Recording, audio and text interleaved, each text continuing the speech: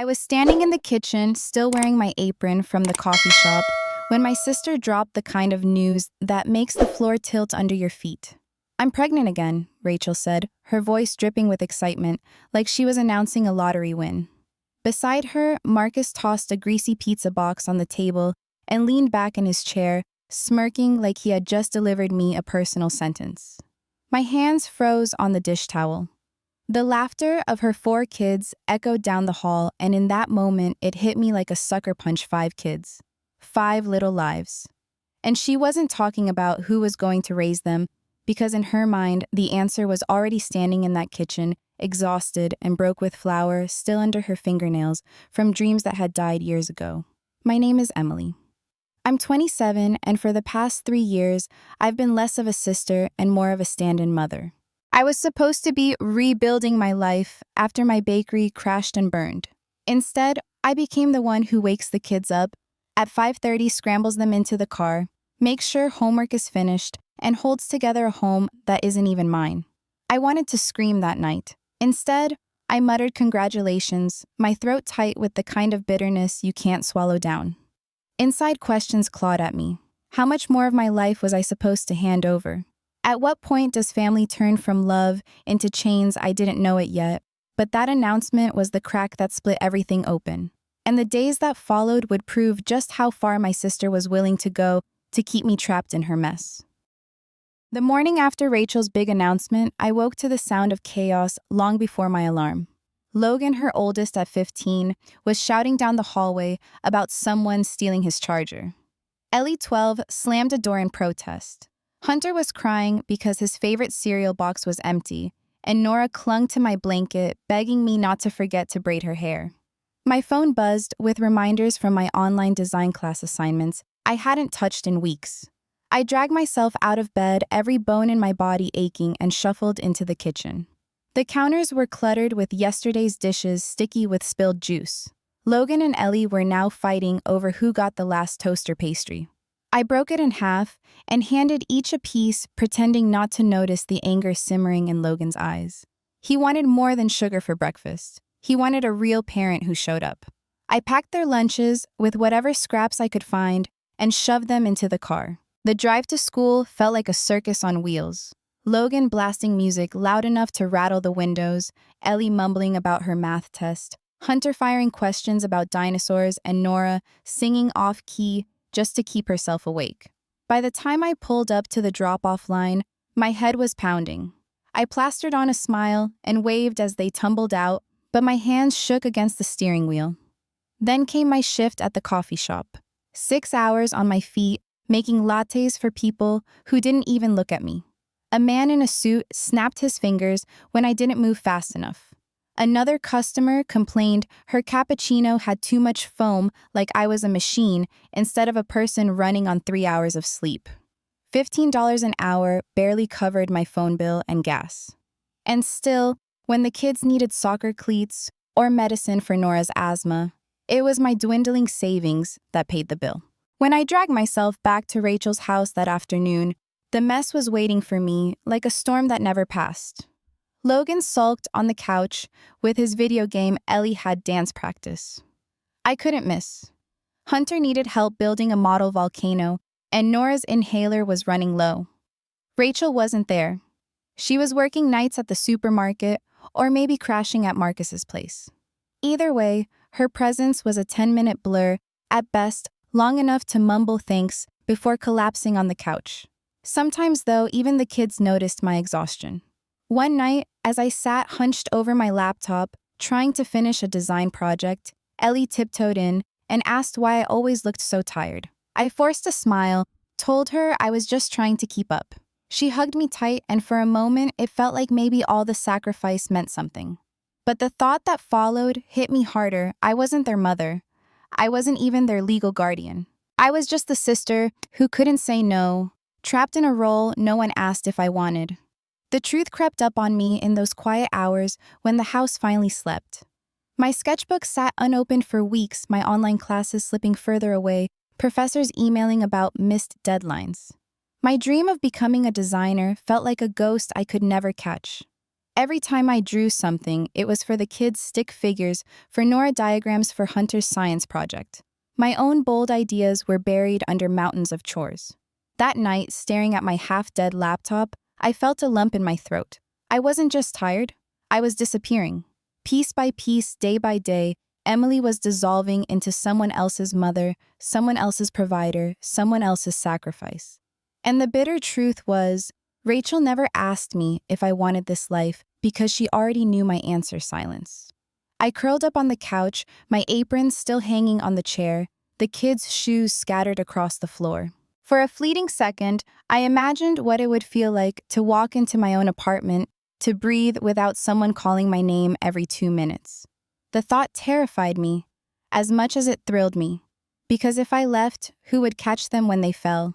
And yet, the more I asked myself that question, the clearer another one became: who was going to catch me? A week later, Rachel came home grinning in a way I hadn't seen in months. Marcus followed close behind her, carrying another greasy pizza box, like it was a trophy. The kids rushed into the living room, curious, expecting some surprise. I was folding laundry on the couch when Rachel grabbed my hand. "We've got news," she said, eyes sparkling. She looked younger in that moment, almost girlish, but I knew the weight of what was coming before she even said it. "I'm pregnant. 5th kid, can you believe it?" Marcus dropped the pizza on the table and leaned back with a smug nod as if he'd done something worth celebrating. The kids gasped, half excited, half confused. I forced my lips into a smile, muttered something that sounded like congratulations, but inside my chest tightened like a vice. My savings were gone. My classes were slipping. My life had been hijacked for years. And now, there would be another baby to care for, another soul that everyone silently expected me to raise. We ate pizza in silence, the kids buzzing with chatter about baby names. Then Rachel cleared her throat and the real bomb dropped. "We've been talking," she began, glancing at Marcus, who smirked like the villain in some cheap sitcom. "You're so good with the kids, Emily. We think it's time you quit that coffee shop job and focus on them full-time. You'd be more useful here than wasting hours making lattes." I froze my fork halfway to my mouth. "Quit my job. The one thing giving me even a shred of independence?" Marcus chimed in, his tone casual, like he was asking me to grab milk on the way home. "Yeah, and since you're living here, rent-free, it's only fair if you start contributing." $300 a month, nothing crazy. My pulse spiked. 300. Out of what? The pennies left from my paycheck, after gas and groceries, I swallowed hard. I'm already doing everything I said, trying to keep my voice steady. School runs homework meals. I can't just quit my job. Rachel's expression hardened, her smile gone. "You're eating our food, using our space. You owe us, Emily." Her words cut deeper than she knew. I'd given her 3 years of my life, my savings, my energy, my sanity. And still, I was nothing more than a squatter in her eyes. That night, after I tucked Nora into bed and picked up Hunter's Lego mess, I called Lydia. My voice shook as I paced the kitchen. They want me to quit my job and pay rent like I'm their live-in nanny who also owes them money. I feel like I'm drowning. Lydia didn't sugarcoat it. "They're using you, Emily. This isn't family. This is exploitation. What about your classes? Your future?" Her words stung because they were true. I looked at my laptop, still open on the counter, my unfinished logo assignment staring back like a reminder of who I used to be. For the first time in months, I allowed myself to imagine something radical. A place of my own. Even if it was tiny, even if it meant cutting corners, it would be mine.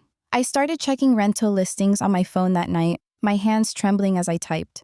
The prices made my stomach churn, but the idea alone sent a spark of hope through me. The next few days, Rachel and Marcus doubled down. They left me lists of chores, doctor's appointments, grocery runs, permission slips. Marcus joked about me selling the leftover bakery equipment I still had in storage to help the family out. Every word, every smirk, every demand pushed me closer to the edge. But in the middle of their pressure, I began teaching Logan how to boil pasta, Ellie how to fold laundry, Hunter how to clean up his own projects, and Nora how to pack her backpack. It wasn't much, but it was a start. I needed them to see that I couldn't be the glue forever. One evening, as I scribbled a grocery list, Logan asked quietly, "Why do you look so mad all the time?" I almost laughed. Because I was done being invisible. Because I was done living someone else's life. I didn't say it out loud, but for the first time I believed it. And once that belief took root, there was no going back. Rachel noticed the shift before long. I stopped chatting at dinner, spent less time lingering in the living room, and kept my phone tilted away as I scrolled through rental listings.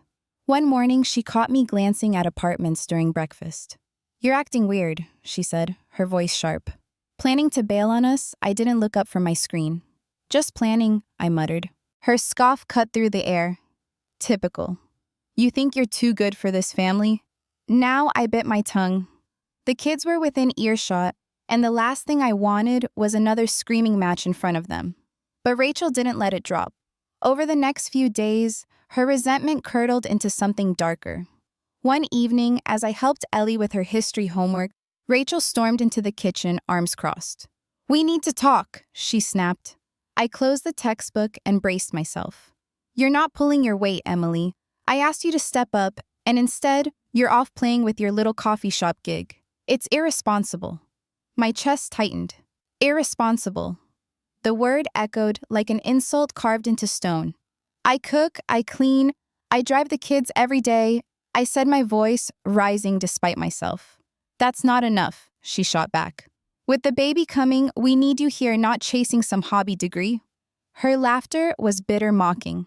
Something inside me cracked. My design classes aren't a hobby. They're my future.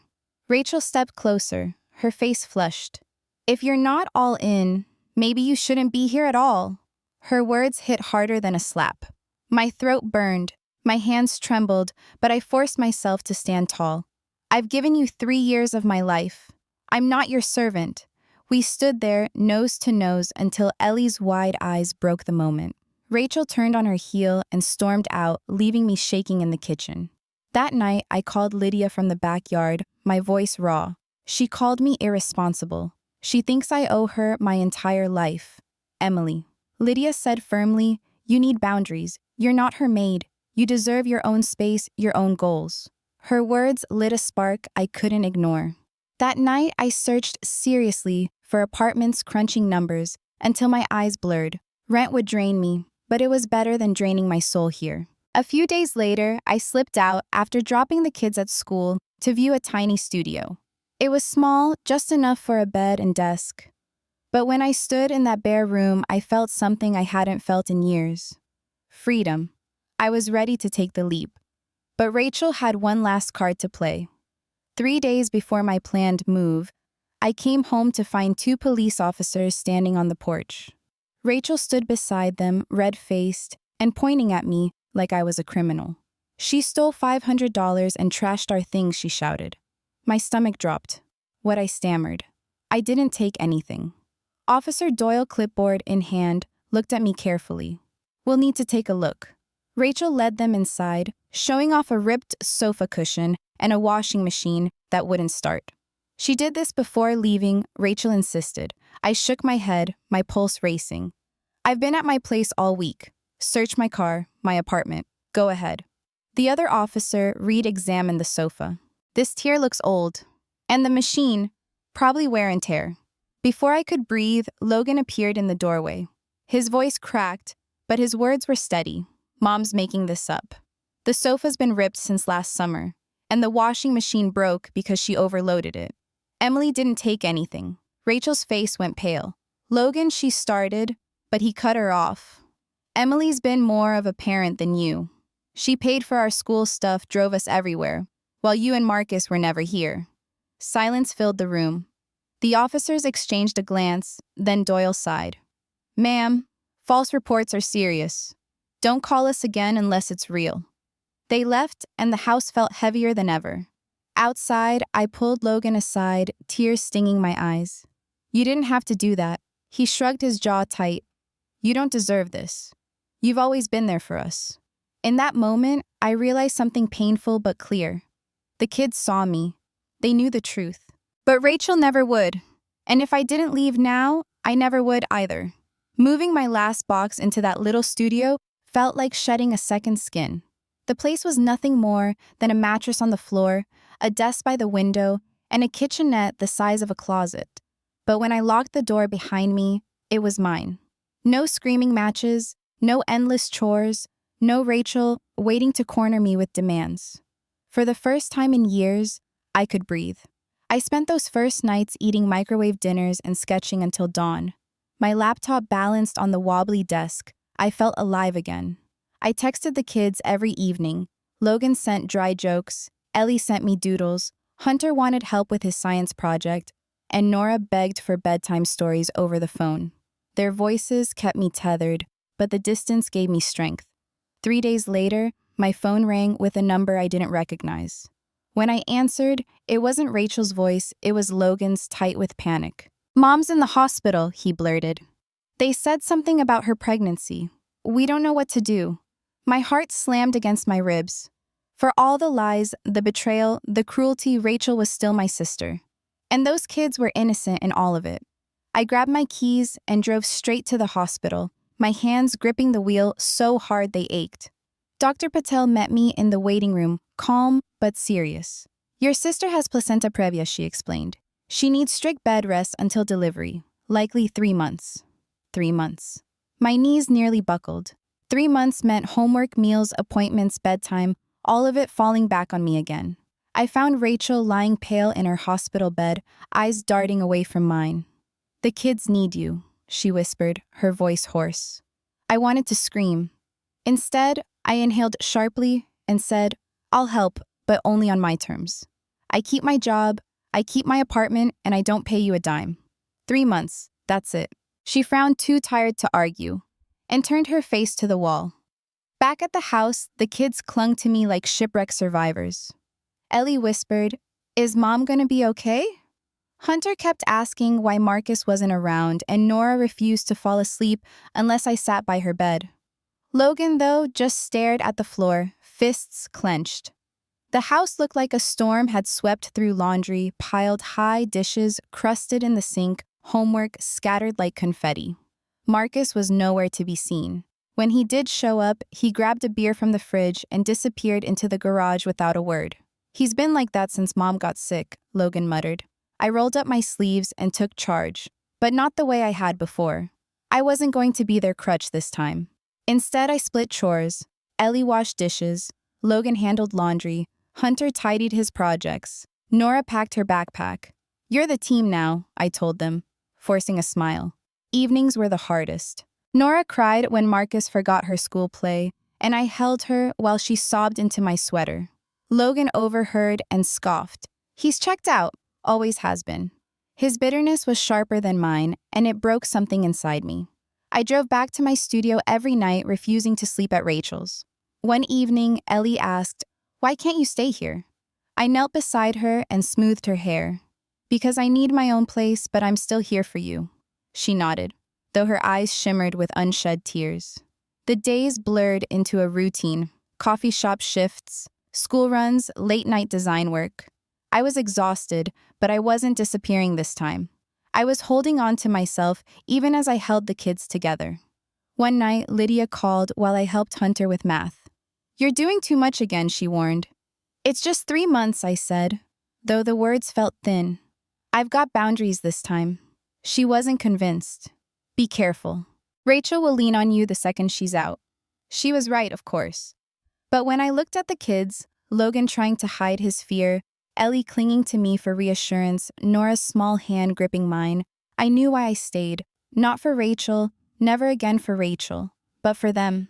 Still, even as I tucked Nora in and turned out the light, one truth pulsed in my chest. I couldn't do this forever. And when those 3 months ended, I would have to prove it. 3 months later, Rachel came home with a newborn in her arms. Her face was pale, thinner than I'd ever seen it, but her sharpness returned the second I told her my part was over. "I'm out," I said, standing in the kitchen where everything had begun. "I love the kids, but I can't be part of this anymore." Her eyes narrowed, the old fire sparking back. "You're abandoning us again." I shook my head. "No, I've given enough. You're their mother. It's time you step up." She didn't reply. She just turned away, shoulders stiff, leaving me staring at the back of a woman I no longer recognized. Walking out that door was harder than I imagined. The kids' faces pressed at the window, Logan's jaw set, Ellie's eyes wet, Hunter waving frantically, Nora clutching a stuffed animal. I lifted my hand, promising silently that I wasn't gone. Not really. Just gone from the prison Rachel had built for me. I couldn't leave them stranded, so I called Lydia. She lived closer, and without hesitation, she agreed to be their lifeline.